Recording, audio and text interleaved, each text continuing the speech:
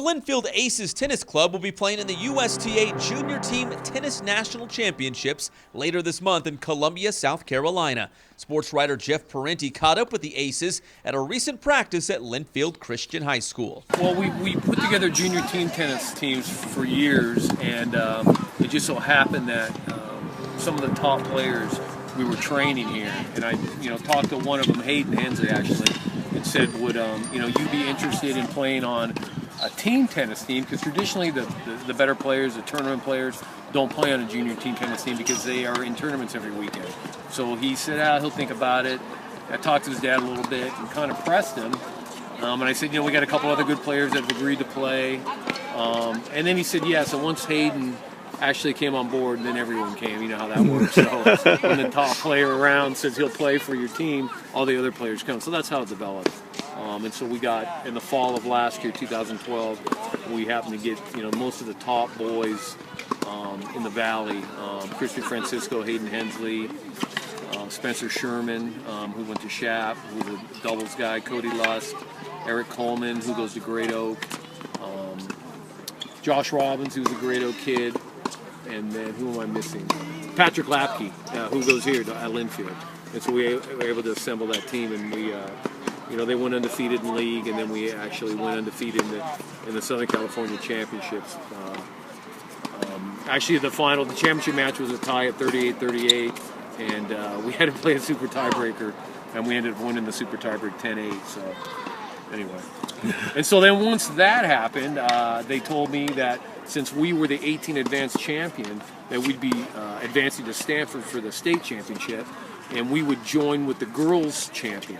We would combine teams. So once I, figured that out, I said, well, the best chance for our boys to win state is to join up with the best girls team. So that's what we did. We put together the best girls team we could, hoping they could win the sectional and team up with the boys, and it happened. We won the sectional, went undefeated in league, and then had a pretty tough road to sectionals, but ended up winning the final match. I think it was 41-37, pretty close. And so then our boys and girls teams joined together, and we're the 18 advanced representatives for Southern California. We played Northern California in the state championships in Stanford last month. But they combine there's a 12-year-old, a 14, 18, and they combine all the teams from Southern California, and we played Northern California.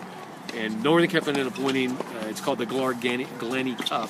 They ended up winning, I think it was 38-33. They won when you combined and added up all the scores. But it was a great experience for the kids. They combined and added the scores for all three divisions, right? All 14s and 18s, correct. Yeah. So tell me about how this team qualified for the Nationals and just... Yeah, so we, having said what we just explained, we won the boys season, we won the girls season. To advance to the national championship, it has to be a co-ed team. And the co-ed season is played during the summer when the girls and boys seasons aren't going on. So we played the summer season, and what we did is we just got a co-ed team of, not all the boys from the boys team, but some of the better boys. And some of the kids that actually were going off to college were 18, so they couldn't participate. And so we made a co-ed team, won the league, went undefeated as well, and then went to Claremont Club. When was that? Late August. It was a week after Stanford, actually. And we won the Southern California Summer Championship for the co-ed team. That advances you to the national championship. Tell me about the qualifying match to do that. All right, so it was a little tournament. It was a round robin. There were 3 teams in the playoffs from each of the divisions, and then we played the first team. We beat the first team rather handily, and then the second team had also beaten the first team. So, but they'd beaten the first team worse than we'd beaten the first team. So we were down by 8 games going in to play the final match, and then everybody stepped up their game, and we took it to them and beat them pretty soundly. So then we ended up winning the playoffs and qualifying. Did you guys know what was at stake during that match? Yes, we did.